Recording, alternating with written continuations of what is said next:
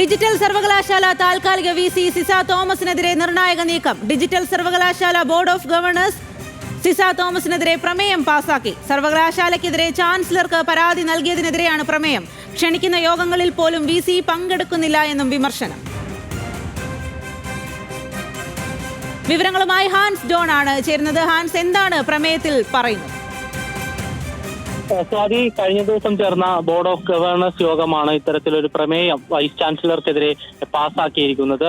സർവകലാശാലയുടെ കമ്പനിയുണ്ട്, ചിപ്പ് നിർമ്മാണവുമായി ബന്ധപ്പെട്ട് സർവകലാശാല രൂപീകരിച്ച കമ്പനിക്കെതിരെ VC ചാൻസലർക്ക് പരാതി നൽകിയിരുന്നു. ഈ പരാതിക്കെതിരെയാണ് ഇപ്പോൾ പ്രമേയം പാസ്സാക്കിയിരിക്കുന്നത്. VCയുടെ നടപടി ബോർഡ് ഓഫ് ഗവർണേഴ്സിനെ വിശ്വാസത്തിൽ എടുക്കാതെ എന്നാണ് പ്രമേയത്തിൽ പറഞ്ഞിരിക്കുന്നത്. ഒപ്പം IT നയ രൂപീകരണത്തിലടക്കമുള്ള കാര്യങ്ങളിൽ വൈസ് ചാൻസലർ ഉൾപ്പെടെയുള്ള യോഗങ്ങളിൽ നിന്ന് വൈസ് ചാൻസലർ വിട്ടുനിൽക്കുന്നു. ക്ഷണിക്കുന്ന യോഗങ്ങളിൽ പോലും VC പങ്കെടുക്കുന്നില്ല എന്നും പ്രമേയത്തിൽ വിമർശനം ഉയർന്നിട്ടുണ്ട്.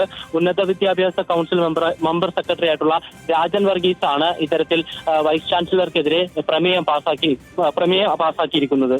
സ്വാതി. ശരി ഹാൻസ്.